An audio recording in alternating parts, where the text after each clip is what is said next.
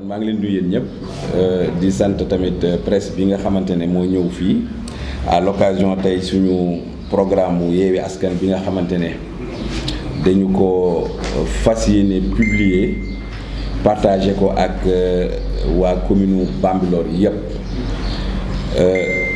fii ci Ndiassane Bambilor ci permanence su Pastef donc comme nañu leen ko waxee woon ñun waa Yewwi Askan bi dañu jàpp ne programme commune Bambilor waa Bambilor commune Bambilor ci boppam ñoom ñoo ko war a génne parce que ñun dañu jàpp ne nit ki moom moo lay wax li nga bëgg ndax nit ki loo ko xam-xam-xam mu gën laa xam boppam moo waraloon ñu defoon organiser woon ay focus suñu papa ji di père Sayib Laye jiite woon ko mu jiite équipe technique bi nga xamante ne maanaam moom laay tuddee laboratoire commune Bambilor donc ñu defoon ay focus dem ci nit ñi waxtaan ak ñëpp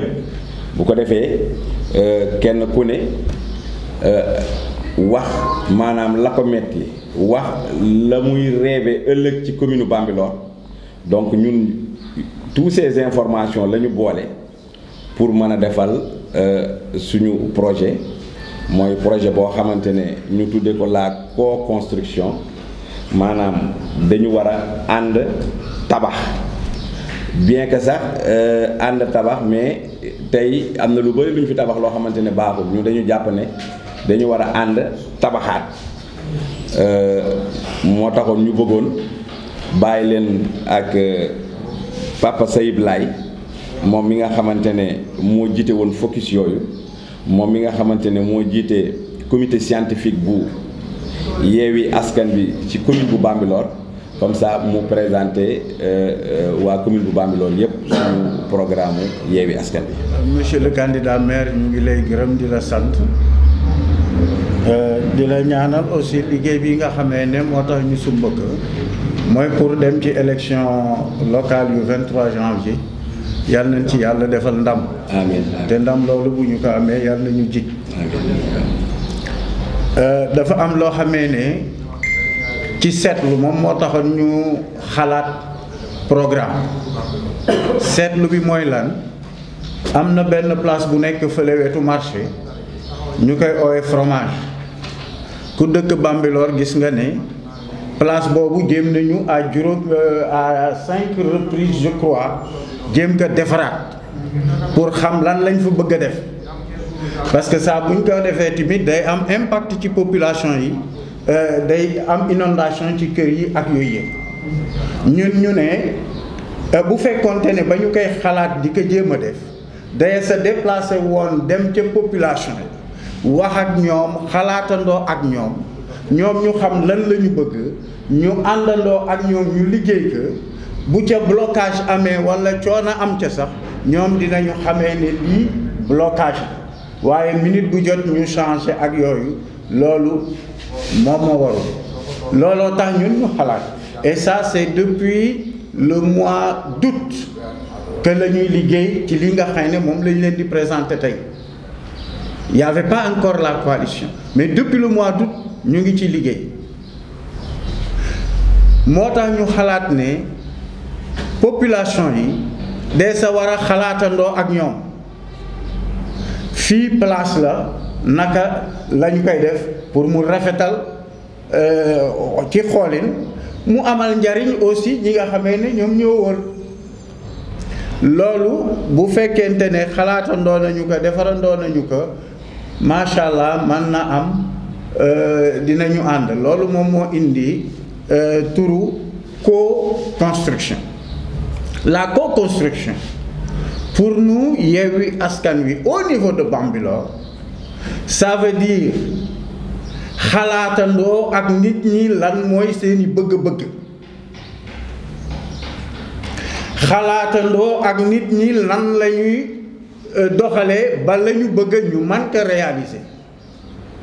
ànd tamit xalaatandoo ak nit ñi ba la nga xamee ne moom la ñu def ñu man koy suivre di ko évaluer donc de A la réflexion qui va à la conception jusqu'aux évaluations bu ñu paree ñuy ñëw di évaluer te ba ngay évaluer yow la population yi acteurs yëpp yi nga xamee ne dugg nañu ci biir loolu moom moo ñu indil co-construction. ñu ne nag pour xam lan la askan wi xalaat dañuy dem ci askan wi mais bu ñuy dem ci askan wi dafa am noo xamee ne moom la ñuy demee parce que boo demee rek regrouper tout un quartier ne loo leen bëgg loo leen lii loo leen laa duñ ci génn te mu am ay méthodes d'enquête qualitative moderne nga xamee ne même entreprise yu bari usines yu bari yi am ay produits moom la ñuy utiliser pour xool naka la mbooloo mi naka la askan wi gisee produits yooyu ñu ne dañuy utiliser ay focus group. Focus group réunion la boo xamee ne mën naa am du dépasser fukki nit du dépasser fukki nit ak ñaar waaye du n'importe qui lañ ciy boole dañuy jël ka nga xamee ne moo jiite ña nga xamee ne am nañu pas-pas trop ci quartier bi xale ya nga xamee ne ñu ngi ci biir quartier bi jigéen ña nga xamee ne ñoo ne ci biir quartier bi di liggéey soit ñu yor seen kër soit ñu jàppale seen jëkkër ci yorunu kër bi xalaat bu ne yi nga xamee ne ñoom ñooy jàng parce que amul dara loo xamee ne manees na ko avancer ci àddina te jàng bokk ci donc même bu ne yooyu nga xamee ne ñoom ñooy jàng ñoo man ñu wax seen xalaat ci li nga xam ne moom mooy jàng loolu moo waral lool ñu jël les 9 compétences transférées bu ci ne ñu def un questionnaire qualitatif toog ak mbooloo yooyu waxtaan ci ak ñoom suñu paree ñu recueillir questionnaire bi en gros nan lañ ko tabax questionnaire bi bu dee ne ay santé la ay éducation la ak yooyu dañuy def l'état des lieux pour ñu mën a xam ñaata dispensaire a fi am ñaata maternité ñoo fi am ñaata case de santé ñoo fi am case de santé yooyu seen équipement nan la demee structure de santé yooyu personnel ba fa ne nan la demee ak yooyu yëpp buñ ci paree nag ñu ne mbooloo mi boo leen doon gént li gën ci yéen ci mbirum santé lan ngeen di gént ñu laaj leen ne fii li fi ne am na lu bari lu ci baax lan moo ci baax ñu wax ñu ne leen am na loo xamee ne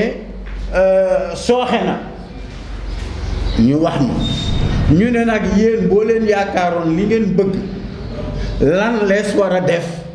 pour man ko réaliser ñu wax ñu benn ñaar ñett ça dépend loola nag ñun moom la ñu gëstu bi ñu defaree yépp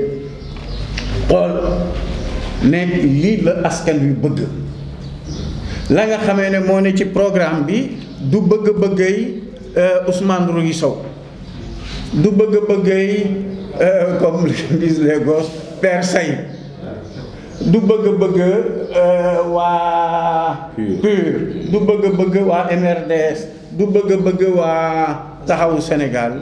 bëgg-bëggay nit ñi nga xamee ne dem nañu ci ñoom laaj leen loolu mooy seeni bëgg-bëgg léegi nag suñu programme ñun dañu ko concevoir comme un contrat boo xamee ne diggante Yewwi Askan Wi la ak population yi un contrat d'engagement après ñu xalaat ko comme un contrat de respect en quoi mooy nit ki ba ma lay xalaatal ak yu mel noonu yépp damay xalaat ne yow mii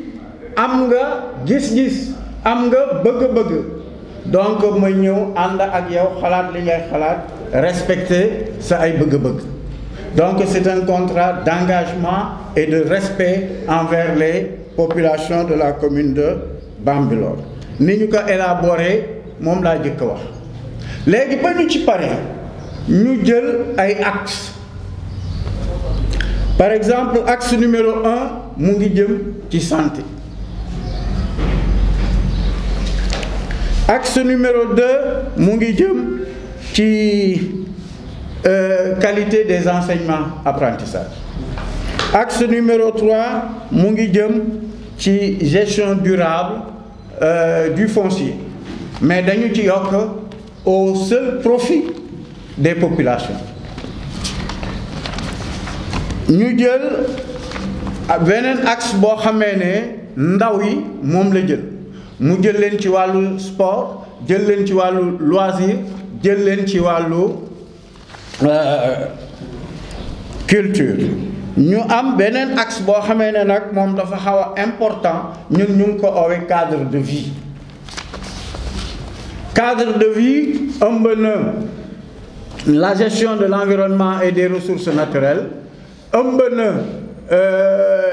la planification, ëmb na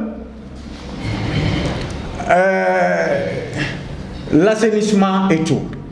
Bambilor ku fi xamee ne yàgg na fi xam nga ne Bambilor dañoo am problème bu bees boobu mooy ndox mi. Bambilor ku fi nekkoon il y a plus de 30 ans wala même il y a plus de 20 ans, Bambilor du fen fu daan taa. Bambilor dafa amoon ay yoon yoo xamee ne yoon yu ndox la. loola yëpp fàtte na, jéemees na, mais kenn amagul engagement volonté politique pour résoudre ce problème-là. léegi nag ñun au niveau de Yewwi Askan Wi du ñu ne on va résoudre ce problème, mais dinañu ànd ak waa dëkk bi, dinañu ànd ak ñi nga xamee ne seen xam-xam dafa màcc jëm ci assainissement, jëm ci canalisation, jëm ci yooyu yëpp, ànd ak waa dëkk bi nga xamee ne ñoom ñoo la mën a wax ci seen xalaat lu tax ndox mi, parce que ndox mi amul woon, lu tax ndox mi. Donc yooyu yëpp ñu ànd réfléchir ci, au lieu que ñu xëy benn bés benn mbedd am problème ñu ànd ak suñu équipe dem di suul ay mool, di suul ay lii, di suul ay lële, nga xamee ne dafay continuer di kile. Fii ci ginnaaw boo demee am na fa ay tool yoo xamee ne fii ci ginnaaw am na fa ay tool yoo xamee ne ba tey ji am nañu ndox. soo demee Waye Mbaam am na place yoo xamee ne ndox ma fa la daan jaar, foofa nit ña daan nañu fa bay. nga dafa am mbay boo xamee ne boo nekkee ci wetu dex ak pëtal lañ ko daan woowee ñun yëmbal, di nga jëmbat mais doo roose. loola Waye Mbaam mënatu faa am. dinañu def loo xamee ne impact bi nga xamee ne Lac Rose am na que à cause de ces inondations au niveau de Bambilor, parce que ndox mi alimenter Lac Rose fii la daan jaar. donc loolu du Massamba moo ciy xalaat, du c'est pas le futur maire mooy ñëw ne lii lañ fiy def mukk. ça ce ne sera pas du tout la démarche de Yewwi Askan Wi. La démarche de Yewwi Askan Wi sera de rassembler tout le monde, toutes les compétences, parce que nit ki nga yaakaar ne dafa nekk gërëm xamul moo la gën a xam. ñooñu ñëpp bu ñu leen boolee dinañu réfléchir ànd, on trouvera les moyens de pouvoir régler ces problèmes d'eau. La gestion du foncier. Bon, biir Bambilor yàgg nañoo dégg ñuy saagante ndey ci réseaux sociaux yi ak yooyu pour problème suuf si.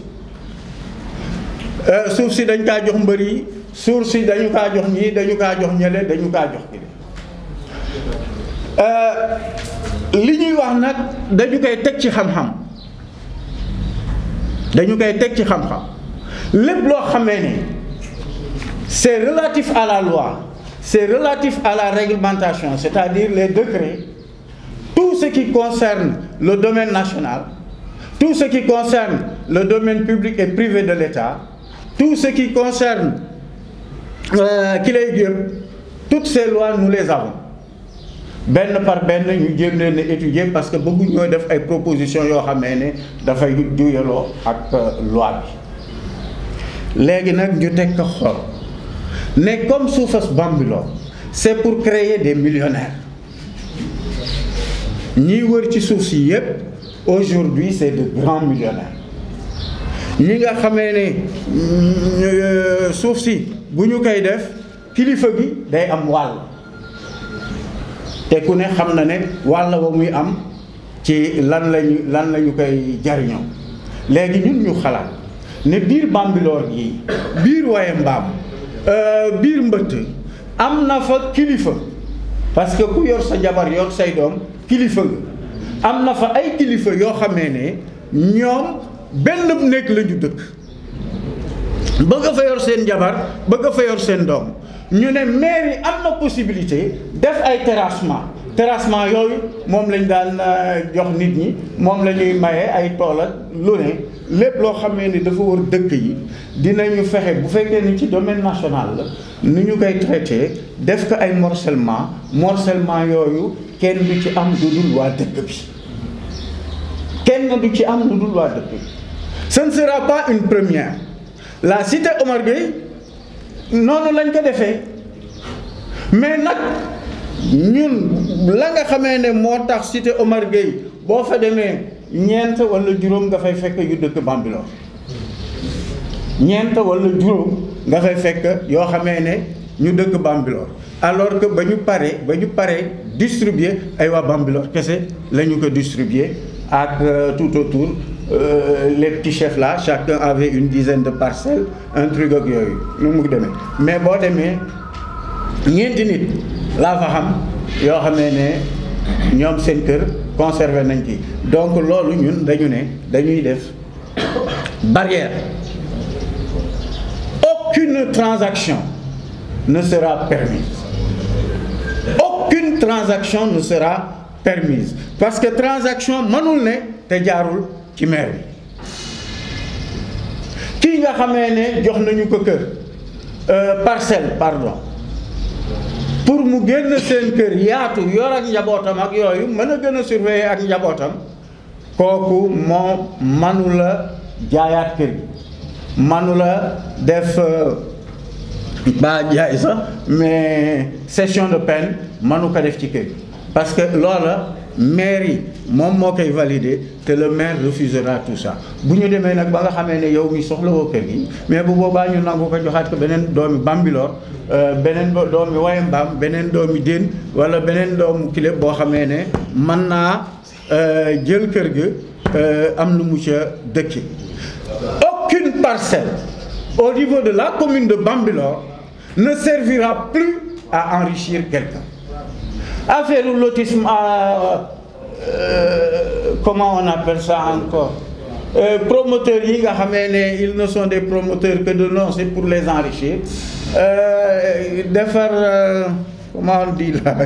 terrassement yi. waaw terrassement yi ak yooyu yëpp am na nu ko maire yi mën a doxale ba nga xamee ne peut-être même ki koy terrasser moom moo koy fay mu terrasser ko bu paree. Après appel d'offre yooyu yëpp on lui fait son chèque mu dem trésor mu fayee ko xaalisam parcelle yëpp pour les habitants de la commune de Bambilor. Ça, ce sera la réforme majeure. Et on a le Bertin. Le Bertin, dans l'acte 3 de la décentralisation, comme dans les textes sur le foncier, il y a des possibilités que la commune peut avoir pour ñaan état bi mu jox ko walla ci Bertin bi yeneen domaines yi nga xamee ne domaine état bi la aussi la même chose est possible loolu dinañu jariñ pour que ñu delloowaat Bambilor na mu meloon bu jëkk. On peut faire des réserves foncières, on peut faire revivre les forêts d'antan, c'est-à-dire tout ce qui touche à l'environnement et la gestion des ressources naturelles manees na ko fa déclarer. Deuxièmement aussi mën nañu jéem a fexe ay logements sociaux parce que wax nañu léegi le cas de celui qui a une parcelle mais qui ne peut pas la construire mais bu kooka bu fekkee ne ñàkk la te mën na am mu ngi doon fay 50 000 ci location kooku bu mairie waxtaanee ak ab promoteur immobilier ñu def ay logements sociaux kooka mën na caa am la mu doon fay luyaas mu dugal ko foofu pendant une dizaine d'années pendant 15 ans mu moom këram. donc daal suufas Bambilor la nga xamee ne moom lañ ci bëgg mooy mu jariñ waa Bambilor.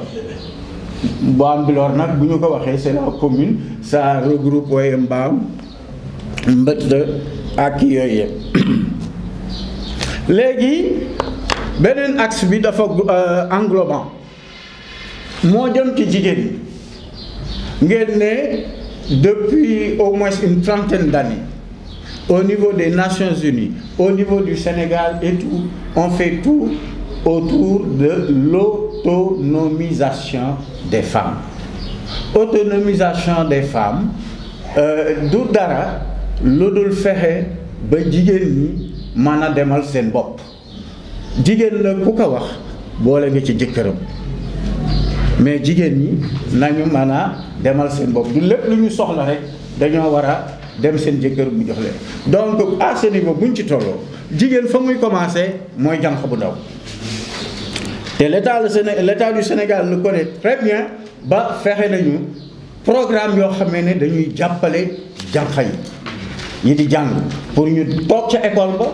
deuxièmement ñu bokk ci ñu gën a xarañ ci école bi ñooñu yàlla mën na def dinañu am métier ak yooyu yëpp donc ce sera pas un problème ñu yor seen bopp. am na ñoo xamee ne dañoo nekk ci marché yi di jaay di sonn di kileeg yooyu naka lañ leen mën a accompagner. ça ne veut pas dire que nous allons prendre les ressources de la commune jox leen mais manees na leen a accompagner ba nga xamee ne prêt dina yomb ci ñoom accompagner leen. loolu mairie mën na ko utal leen suuf suñuy bayee ñoom ñu mën ko am accompagner leen daal ba nga xamee ne dinañuy dugg dans des activités génératrices de revenus. xale yu góor yi bëgg a liggéey mag ñi bëgg a liggéey am na loo xamee ne mairie mën na ko mooy accompagner leen. accompagner c'est-à-dire du ñu seetaan nit ñi ñuy sonn bu ñu gisee ne par exemple yow mii suuf nga manqué mais yow war nga mën a liggéey suuf ba di ci dund di ci fayaale ñeneen bu boobaa mairie bi moo lay accompagner utal la suuf soo xamee ne mën ngaa def loolu foofu. xalaatuñu nag dara loo xamee ne mairie amul ay ressources. dans tout le programme ñaari yoon la ñu ciy tudd département bi bu ñu tuddee département bi c'est pour que ñoom ñoo am autorité sur l'enseignement moyen l'enseignement secondaire et même l'enseignement technique et professionnel. mairie am na lu mu ci moom mais ñaar yële ñooma pour ñu augmenter la carte scolaire. parce que am na problème yu bari yoo xamee ne dafa am boo demoon nan la tudd Njaxiraat Pël boo demee Waye Mbaam ak Mbéy gune ya coono ya ñu nekk pour ñëw jàngi si Bambilor coono yu ëpp dayo la gune yu bari bàyyi nañu seenam njàng parce que pour génn Njaxiraat Pël dem Sangalkam li problème la ñii tamit problème la ñun bu boobaa dañ leen di jàppale en attendant ñu fay fexe ba CM am fa jàppale leen pour que ñoom ñu am ñu ut oto ay oto yoo xamee ne à heure fixe mooy ñëw jël élèves yi bu ñu wàccee mu delloowaat leen donc loolu dina laaj ñu kile am na yeneen yoo xamee ne par exemple aujourd'hui un élève qui veut faire des sciences physiques moi j'étais un ancien professeur de sciences physiques mais un élève bu dul manipuler du kile sincèrement mu ngi mel ni kiy jàng alxuraan te xamul dara ci alxuraan yi donc bëgg nañoo fexe dans chaque CM ñu mën fa am une salle informatique man fa am un laboratoire salle informatique dafay mën a permettre gune yi ñuy mën a gëstu parce que gune bi gëstu kuuram avant maître bi ñëw di ko jàngal cours boobu njàng mu yomb lay doon donc ci la ñuy gën a yeewu seeni savoir gën a yokk en gros nag lii moom mooy programme bi nga xamee ne ñun moom la ñu kilee on a débattu autour des axes bu fekkee ne dañoo bëggoon a dugg nag ci axe bu ne benn bu ne ñu dugg ci biir dina xaw a pas compliqué sax dina xaw a jafe et ça va prendre du temps et j'ai essayé au niveau de chaque axe aussi dugal ci point essentiel yi nga xamee ne moom moo ci dugg mais le nombre de mesures que nous avons proposé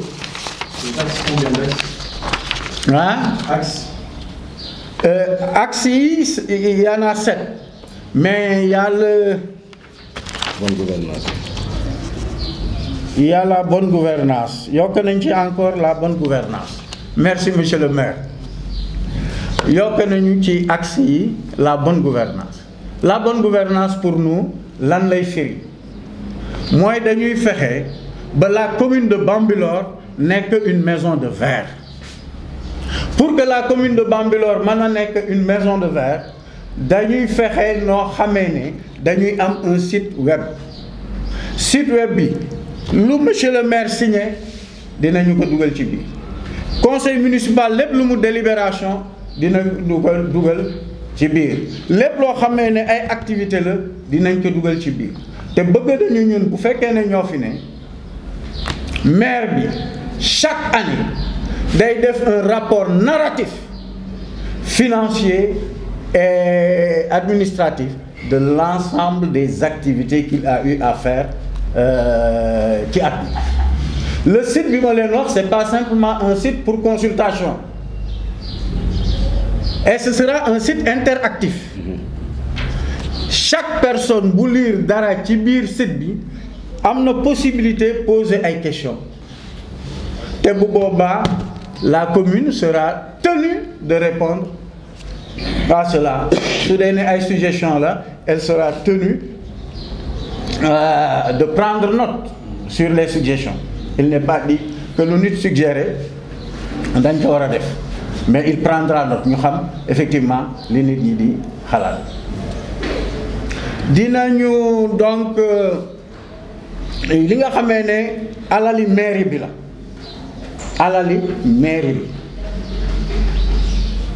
particulièrement mu jëm ci ndimbal dinañu fexe ba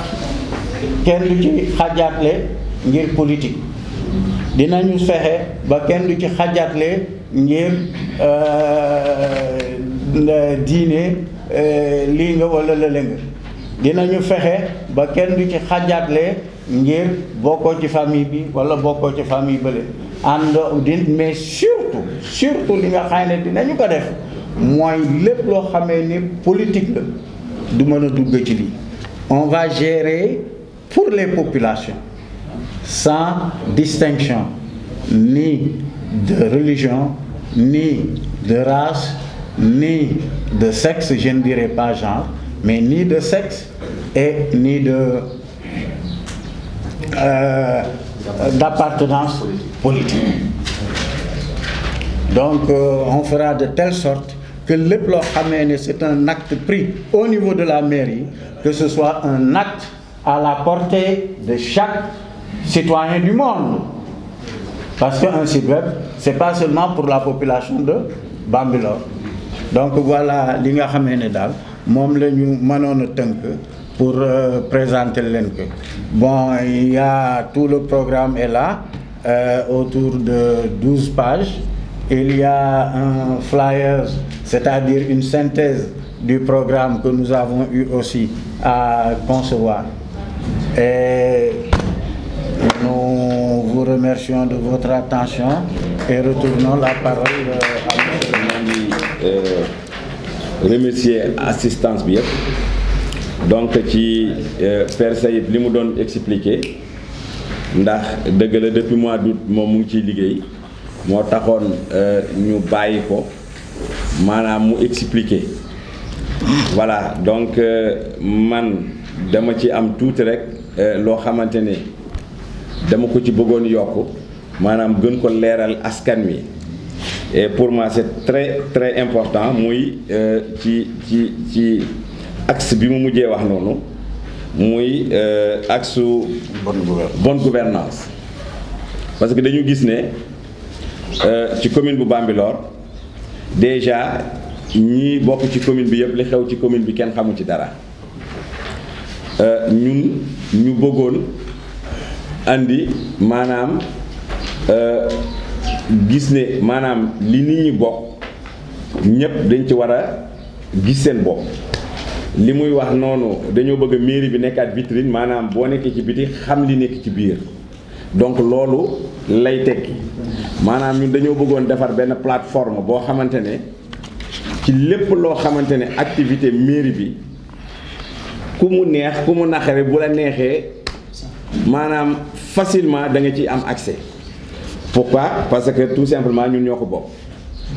ñun la ñu bëggoon maanaam transparence d'abord tey commune Bambilor ñun xam nañu ne budget bi wàññeeku na presque de 60%. du ñu ne nag mission bu impossible lay doon déedéet c'est très possible mais il suffit juste d'abord en première chose nit ñi mën a am vue ci li ñuy def ñun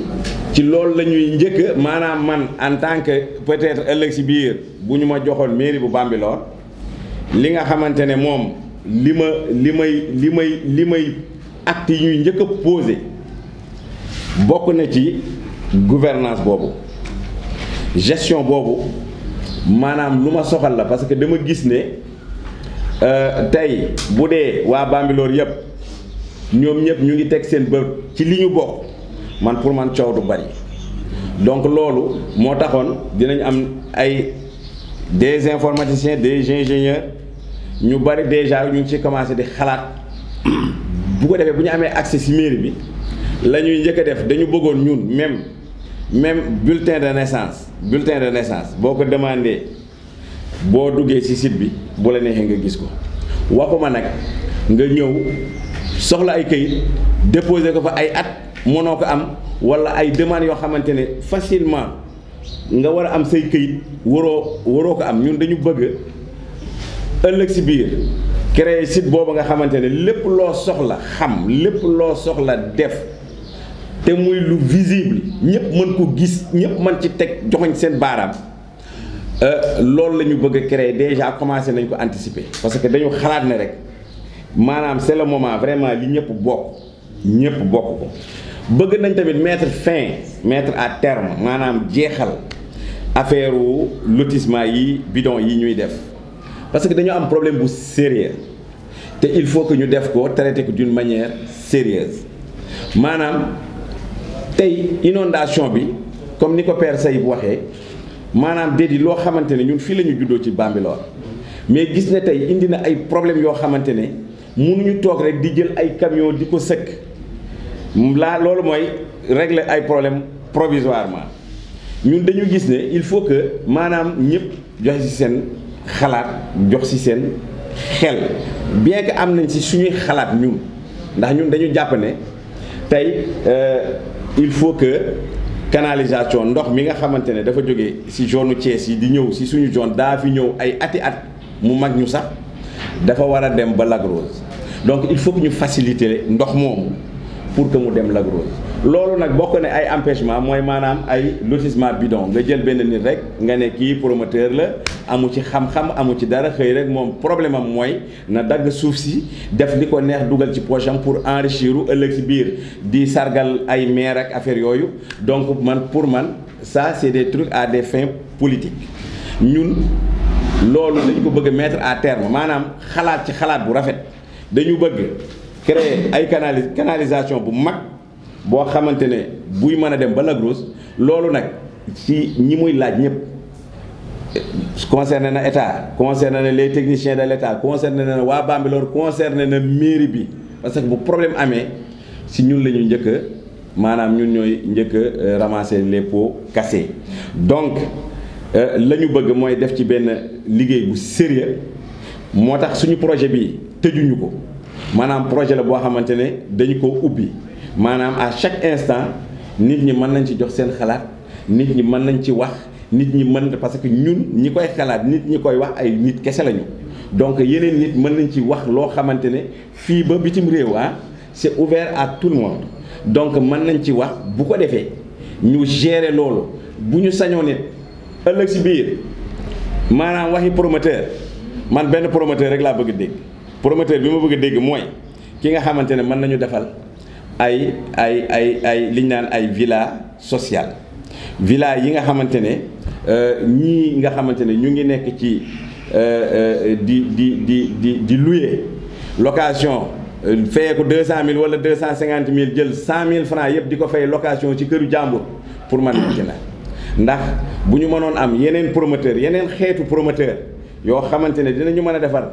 kër yu mel noonu bu ko defee mu am contrat ay kayit yu wóor ci ay diiro yu wóor loolu yëpp ñu ngi ci xalaat bu ko defee population bi mën ci bénéficier wu population bi mën a continuer di fay location yooyu boo ko fayee 10 ans 12 ans nga moomaat sa kër vraiment muy nekk loo xamante ne dina nekk lu yomb pour tout le monde en tout cas moi je tiens maanaam à cœur mooy suñu projet gestion boobu parce que ni ko Père Sey waxee tey terrain yi nga xamante ne dañu ko war a joxe du waratul nekk ci turu maire parce que ñun li ñu comprendre actuellement mooy terrain yi nga xamante ne dañ koy joxe maire a koy joxe moo tax maire à chaque instant mooy taxaw ku mu gis ne la may naa la terrain boo koy romb mu lay may benn donc ñun dañu gis ne maire bu bëggee terrain na jëndi man loolu laa gëm terrain yi pour commune bu Bambilor terrain yooyu dafa war a dellu ci askan bi terrain yooyu ñun dañu jàpp ne waruñu ko saa jaay moo tax dañ koy verrouiller maanaam boo ko jaayee ëllëg si biir doo mën a am ay këyit te tant que plateforme boobu mu ngi am doo ko mën a jaay donc ci loolu dañ ci maanaam dañ ciy insister bu baax parce que mënuñu nekk ci dëkk te dëkk bi du am extension li ñu yor ci ay programme li ñu yor ci ñaan nañu yàlla it maanaam def extension cimetière yi loolu c'est très important parce que ñun ba ñu fi nekkee ba léegi dañu gis ne cimetière yaa ngi fi nit ñi ñëw nañ ba dëkk ci cimetière yi et dëkk yi ñooy avancé cité yaa ngi ñëw te xalaatuñu ay cimetière donc loolu ay projet d'extension la yoo xamante ne mu ngi ci biir programme bi dañu ko xalaat bu ñu sañoon ni tamit suñu rêve mooy ëllëg ñu am marché bi gën a rëy ci commune bu Bambilor dëgg la dina metti pourquoi parce que lu bari yàq nañ ko mais c'est pas encore tard la ñuy ñefe du fait que am nañu déjà as tuut lu ñu dese ci ay terrain tey tamit yàlla dogal na lépp luy produit légumes tout ça ci zone ñaay bii lay jógee bu ñu sañoon ñu def fi marché bi nga xamante ne moo gën a ngand ci région de Dakar pourquoi pas le Sénégal loolu la ñuy xeex bëgg nañu tamit suñu rêve mooy maanaam def fi hôpital waxuma ay centre de santé non dañu bëggoon am hôpital niveau 2 pourquoi pas niveau 3 parce que tey région de Dakar yëpp a ngi bobbeeku jëm fii ñun xam nañ ne dans 5 ans 6 ans la ko jëlee Lac Rose ba Diamniadio benn dëkk lay doon donc il faut que ñu prévoir tout ça te loolu man dama yaakaar ne boo nekkee jiite lu toll ne ab commune war nga xalaat axe yooyu yëpp dëgg la am na loo xamante ne du say compétence mais même bu nekkul say compétence ñun dañuy bëgg ñu maanaam def prévoir ça parce que nee nañ gouverner c'est prévoir tamit xëy na bu ñu gisee programme bi ci internet beeg lépp mënuñu wax lépp dañ koy tënk rek voilà bëggoon nañ tamit Père Sey mu ngi ma koy fàttali léegi am gaar fii ñaata chauffeur ñoo fi am ci commune bu Bambilor boo leen demee déen ñaari déen yëpp Bambilor gi rek mais bu ñu amoon tey marché central bi gën a mag ñu indi ko da koy accompagner ak maanaam gaar parce que war nañu am gaar boo xamante ne chauffeur yii kalandoo yii di dem ak ñëw mais il faut que ñu organiser loolu ci suñuy ambition la bokk. bëgg nañu tamit du neexal nag yéen journalistes yi wax nañ leen ko parce que li may wax toujours commune bi ñun ñoo ko bokk ñun ñoo moom lépp da ngeen ci am part ñu am ci part man dama jàpp ne maire war na leen di defal ay subvention parce que yor ngeen liggéey bu metti yor ngeen liggéey boo xamante ne tey képp ku génne képp kuy wax ci mbir képp kuy jooy ci yéen la koy jooyee dëgg la dañuy dem nag ba nekk ci position bu positif tey pour boo leen toppee seen i micro ñu yëkkati seen i verre daw parce que xëy na tey arrangé tool mais li ñu bëgg du fekk presse locale bi man sama yéene ci ñoom pour man war nañu am sax maison de presse pour que ëllëg si biir seeni nawle bu ñu jógee feneen man leen fa fekk si ñoom boo xamante ne maison de presse boo xamante ne dañu koy équiper pourquoi pas war nañu am benn véhicule bu ñuy déplacé wu ñu ngi nii dañuy dox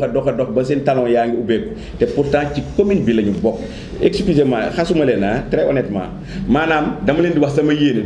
du compétence su maire par la force dañ leen ko war a defar mais man dama jàpp ne yéen journalistes yi war ngeen am subvention comme tout le monde